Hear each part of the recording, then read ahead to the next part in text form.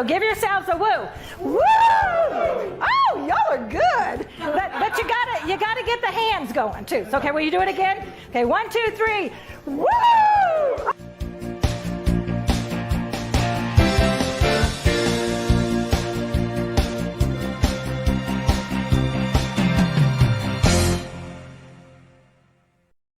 So I'm like, woo! We're here. I know, that's it. Every time I watch the intro, I'm like, woo! I feel like going. Yeah, I'm wondering, like, is our audience getting tired of seeing it? But every time I watch it, it like makes me feel good. It's like that. Woo! Let's get our morning going, right? Get our woo on. Yes. Get our woo on. That's right. And not like the woo on laugh. No. Oh gosh! Good morning, ladies. Nice to have you both here. Good morning. Good morning. The Three Musketeers or something, right? I got my tea. I'm all ready to go this morning. So I understand Laura was just telling me that it's raining in Kansas City. She gets to be indoors today. Woo! Yes, it's nice to be inside for a change. Because probably it would. Look at all the plants growing up behind her, so it doesn't matter. Yeah. Yeah, that just makes me look good so you don't have to see the mess that I haven't been paying attention to because I've been outside all summer. Yeah. That's it. Yeah, I think that kind of is what happens, right? If you don't want to miss a good day of your working outside and the garden and all, but the house then, because you can't do both at the same time, right? I mean, it's kind of hard to do it all, right? So, anyway, and I was telling Laura, Lisa, that we had, at least here, my part of town, we had a wonderful storm last night. Thunder and lightning and rain. It was so nice. Yeah, I'm sure my plants appreciated it, except for the ones that are in the greenhouse because they got locked up. So. They were locked up. Well, otherwise my greenhouse blows into my neighbor's yard. So That's bad. Yeah, that's not fun. And then you have to go clean it up or move it over, whatever, right? It's like, okay. Well, we probably don't even need to talk about my garden, which kind of isn't anymore. But anyway, just a couple of things. So everybody that's going to be listening this morning, be sure to make any comments because there's Karen. Woo! Yay! I'm just now seeing her message. When you make a comment, just like Karen just made a woo comment, her name goes on the list for today. And then at the end of, actually, the beginning of September, we'll pick the winner for August. And I will really attempt. Oh, here we go.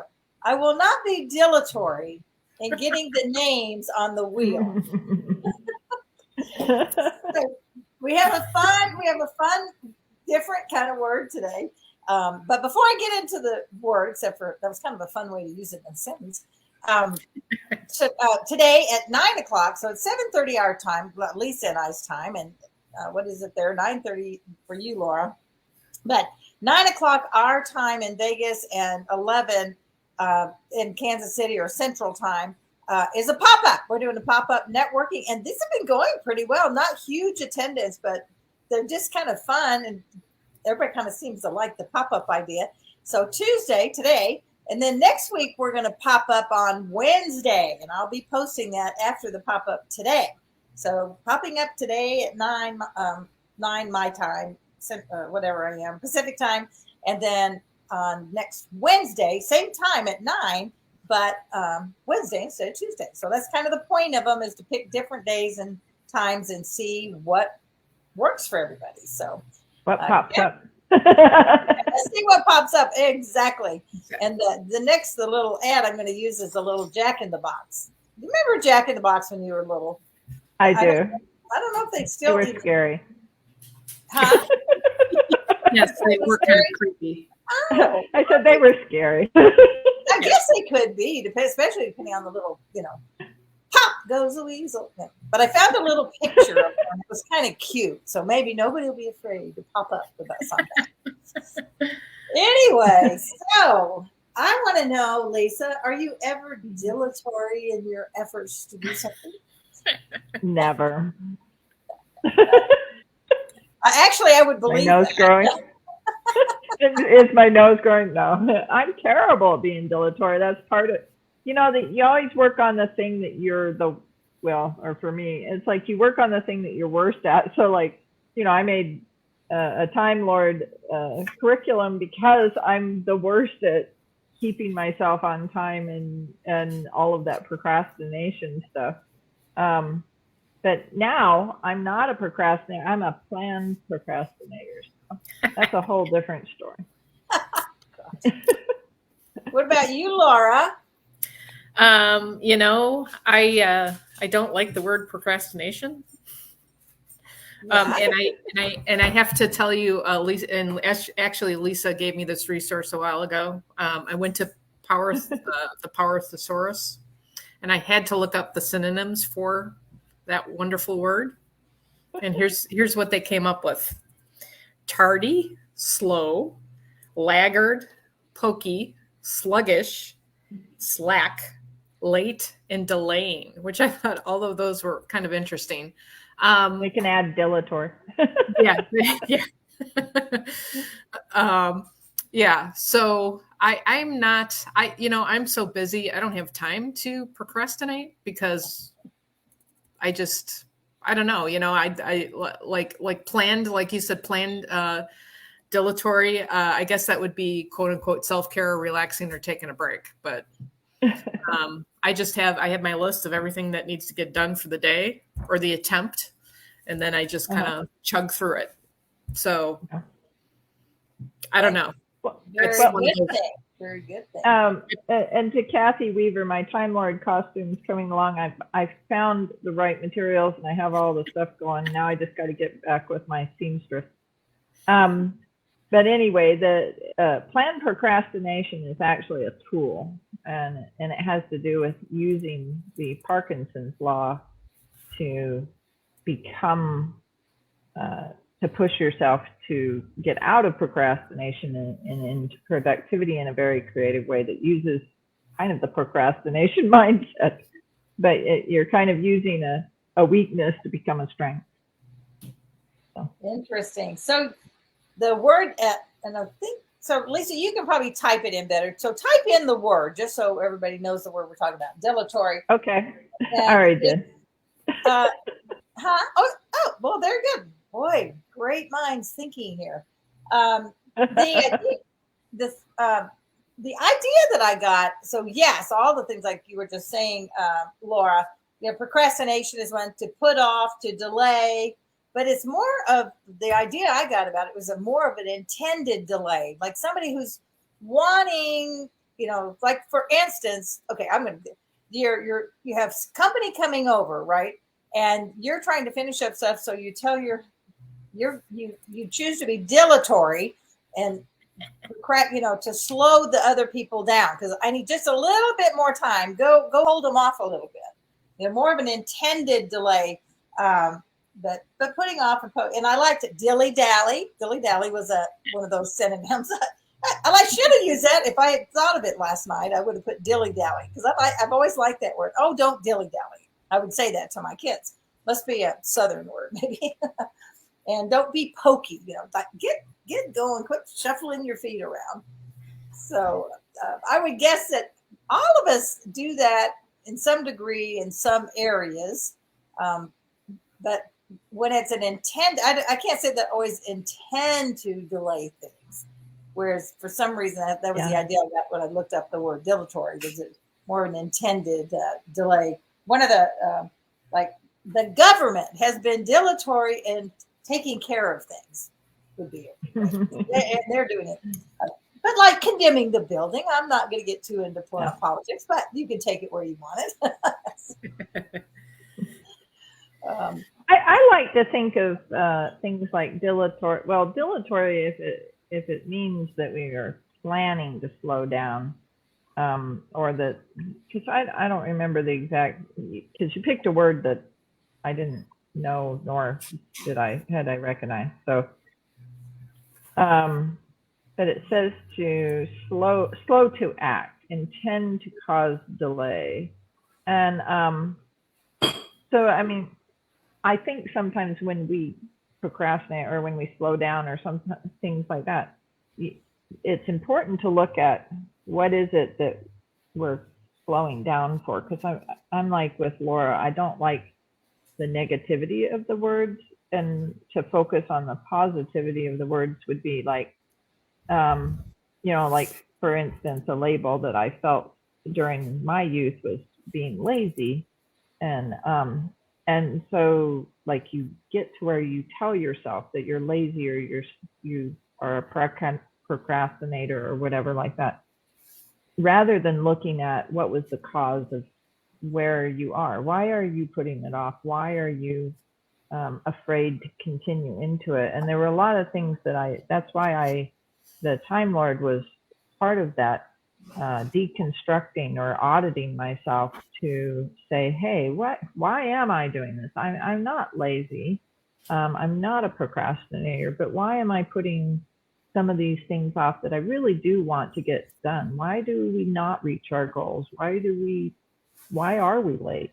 And then going back and kind of figuring that out and fixing it.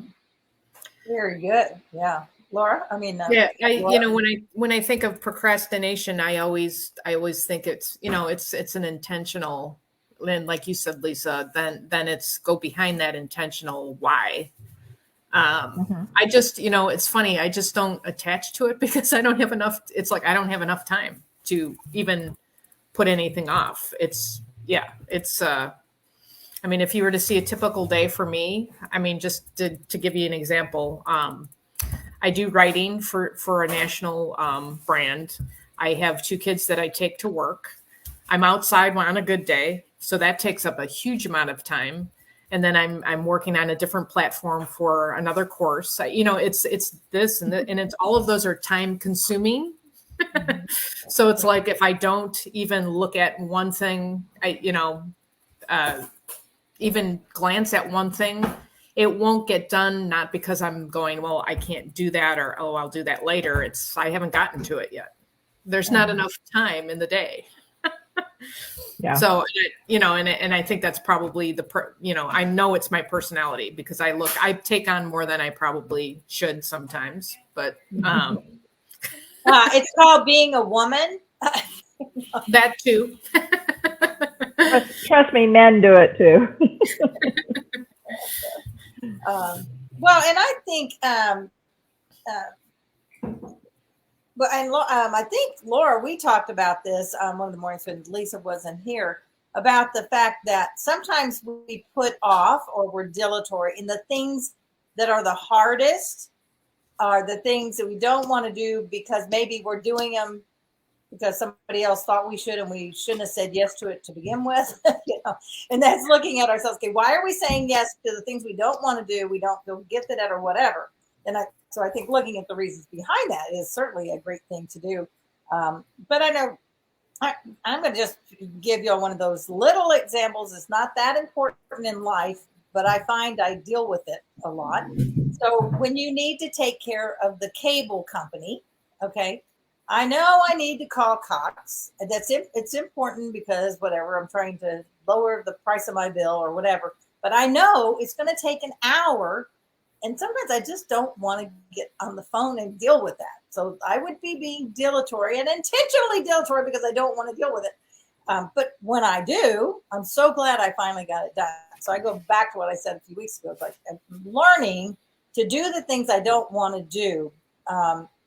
And get them done, like on the list, the thing that's the hardest or whatever, to do that first, because then the rest of the day feels better. So I think that's that learning to manage yourself and your time. Well, and a lot of times, for myself, if I put whatever that is off, and then I get to it, then nobody else is going to get to it. That's the other piece. That's being the woman running the household kind of thing. Nobody else is going to do it. Yeah, and sometimes but sometimes people put stuff off like that because they're not comfortable talking on a telephone with somebody.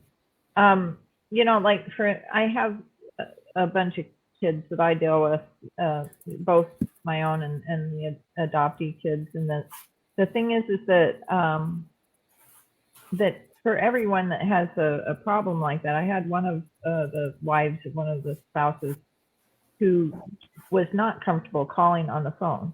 And so she would not ever do that, and bills would go by and things would happen. And so I said to her, I said, between the two of them, I said, who can make phone calls? And, oh, David, oh, I can make a phone call. I said, well, why aren't you? Well, because she said she was. And then I said, well, why aren't you making a phone call? Because I'm afraid. Well, delegate it back. Oh, okay. So, That's a sometimes good idea. if we do have a problem with it, sometimes it's a fear or it's a real, and you could say get over the fear, but the reality is sometimes we have things we deal with. Yeah, that's true. That's true. If it was up to my husband, and he is great at a lot of things, so I tease him and stuff, and I'll say a few little things here and there, but he really is amazing. He does a lot. Now he cooks dinner and all that stuff. But if we had to wait for him to make a phone call to Sprint or Cox or any of those bill kind of things, it would never happen. He hates those kind of things. He hates to be on hold. And I get to where I just like put it on hold and let it do. And I do 3 other things while I'm waiting for them to, come through. So you're right, Liz. There's just some people. So, if in your family you have some of those things that you don't like to do, or you're never going to pick up the phone and just do that. See if there's somebody, your spouse or somebody else who might be making a couple. And then sometimes there are things they have to do that they still procrastinate on, and you can't do it for them. And you don't want to enable them either. There's so many different little caveats to That's that. True. My daughter is always saying, I hate adulting. And I'm like, yeah, well, it's got its downsides. Yeah. I know there's downsides to adulting, but I'd say there's more downsides to being a juvenile. So yeah, it's true. I agree. I wouldn't want to be a juvenile in this now. No way. Oh, I know. I hear people say, "Oh man, I just wish I could go back to my 20s," and it's like, I don't. I don't want to go. That's the last. I like being wiser. I'm going to take bits and pieces from every decade, and then yeah. Oh, no, that is an interesting one. Yeah. I might go back as far as my 50s, because 50s is kind of, and I think that is 50s kind of a golden age or something. Seems like by 50 you've kind of figured yourself out. You know your own style, so to speak, of what things you enjoy, what things you don't. You've learned yourself enough to where you don't really have to put up with other people as much, and you know what you can say yes to and no to. So those of you who are young out there, as in, maybe in your 50s, 40s, 50s, it kind of gets better as you get older to some degree. Now there's another point where I'm not so sure it keeps getting better, but in many ways it does, Hey, I'm looking forward to getting older, because I'm pretty sure they'll have jetpacks or hover wheelchairs. Yes. And I'm going to be like speeding along, like, or maybe everybody will just be well. Maybe there won't be wheelchairs. There'll be those things that help the body heal faster and more complete. Exactly. Or maybe, I've cloned myself 5 times and transferred my consciousness. There you go. And then we'll say, are we talking to the real Lisa, or are we talking to Lisa number 1, 2, 3, or 4? You'll know, because as they go along, the copies get worse and worse. Well, and I see Kathy is super excited to turn 50 someday. I know, Kathy. You're just so young, my girlfriend, and you keep getting younger every day. Yep. Oh gosh, it's going to be forever until you turn 50. That's funny. So how about you listeners and watchers out there? Is there an area where you might be a little dilatory, a little procrastinate, a little put off, things that you might put off till later? Maybe it used to be, now here's a silly one. Sometimes you guys Go ahead. I'm pretty sure that if we look in the dictionary under antonym, that it's going to be Kathy because. Probably so. Probably so. It's like antonym, expedient, Kathy Weaver. And Laura, I think Dr. Laura might be in that category too. No, I'm just smoke and mirrors. I can't compare next to Kathy. I'm not even close. And you know we love you, Kathy. And Karen, it's always so nice to see you every week. I just wanted to shout out because I don't think there's hardly a week that you miss, and you and Kathy both. So that's so cool. I have to call Verizon, and I don't want to give them an hour of my time. Yeah. Yes, I know. That's the same way I am with Stick. But hey, you know, the thing is, once we do it, it's always, here's the other thing. I think part of it is that, you know, saving that hour of time, like you say. But every once in a while, when you have to make that call and you're thinking it's going to be an hour, I sort of give that because that's kind of the long end of time. But then when it only takes 20 minutes, you're so excited. It's like, oh my gosh, this only took 15 or 20 minutes, even 30. And I was planning an hour. I have an extra 30 minutes of time I didn't plan on. So I think the main thing is, I call it, don't put ourselves in a position to be frustrated. Because I think oftentimes we do that. I'm going to make this last phone call before I get out of the house to go to my meeting. No, don't do that unless you're planning to talk in the car and sit in the parking lot waiting to go inside the door. And then you go in and you're so frustrated and you're blaming the whoever you had on the phone. But the truth is it's really because you set yourself up to be frustrated. You didn't give yourself the amount of time that you needed to, or to do it, you know, before you left the house, not the last 5 minutes. And I used to do that. That comes one of those things that as you get a little older, you get a little smarter. But I would say, oh, I could make one more phone call. I got to leave in 10 minutes, so I'll make one more phone call to be efficient. Well, no, because then, you know, that's that rotating thing. So I think we do a lot. That's not our word, but I think we do a lot to set ourselves up to be frustrated, but we don't see it. Yeah, I think sometimes we need to learn to say no to things.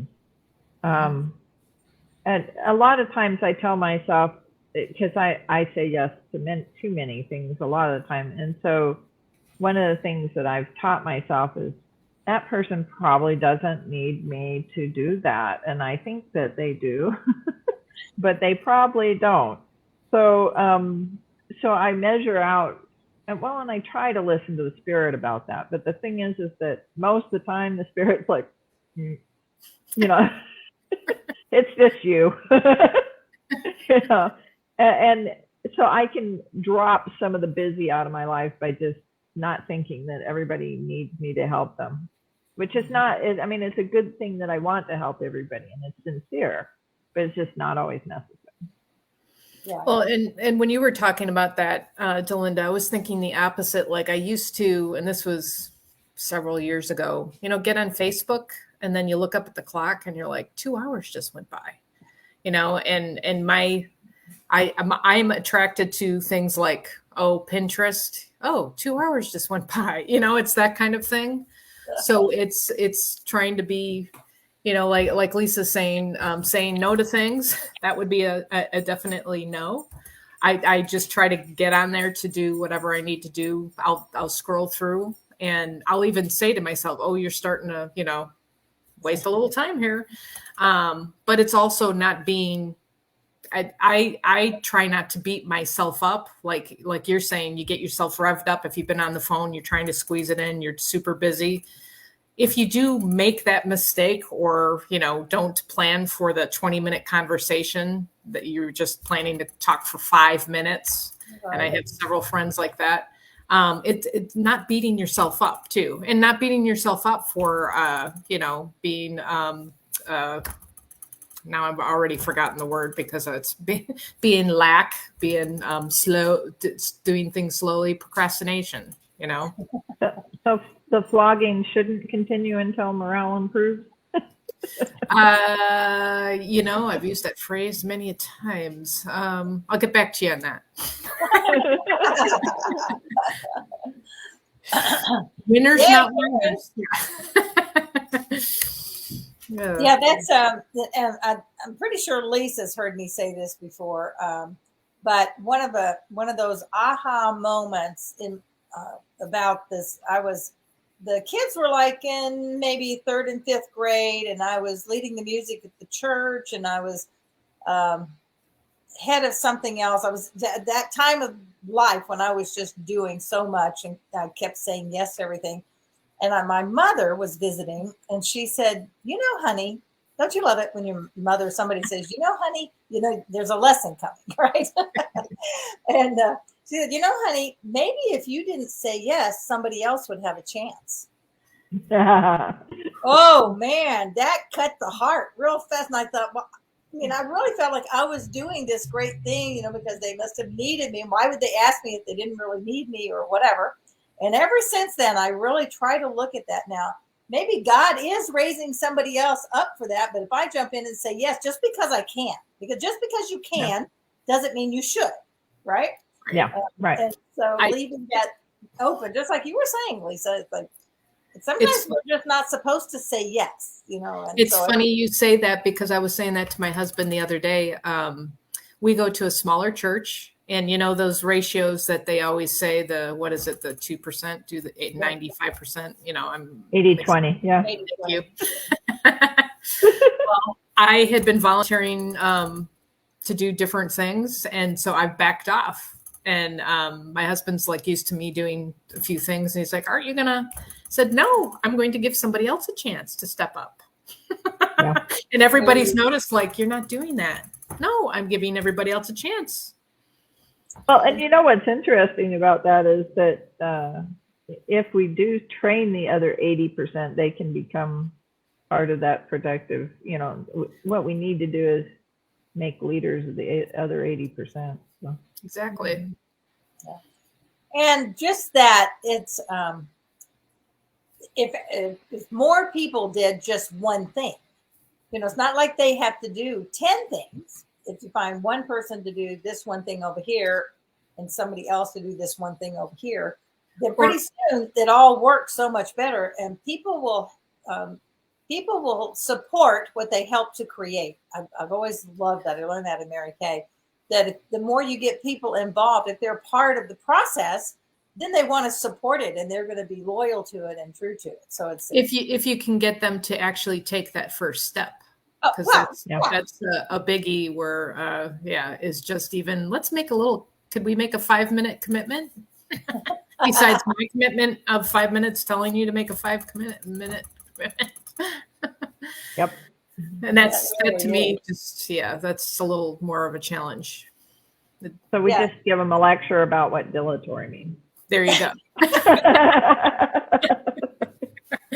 Perfect. Absolutely. So whoever our Facebook person, my ladies, I have to call Verizon. Funny. Ha Don't be dilatory. Oh gosh. Well, this was kind of fun. It's just a different kind of word. And truthfully, I mean, I had never heard of the word myself. I didn't know. I've never seen it, heard it, or anything. I was going through some words of the week, just looking, and I thought, well, now that's an interesting one. So it turned out to be a pretty nice conversation piece this morning. Yes, definitely. So we're not going to delay, so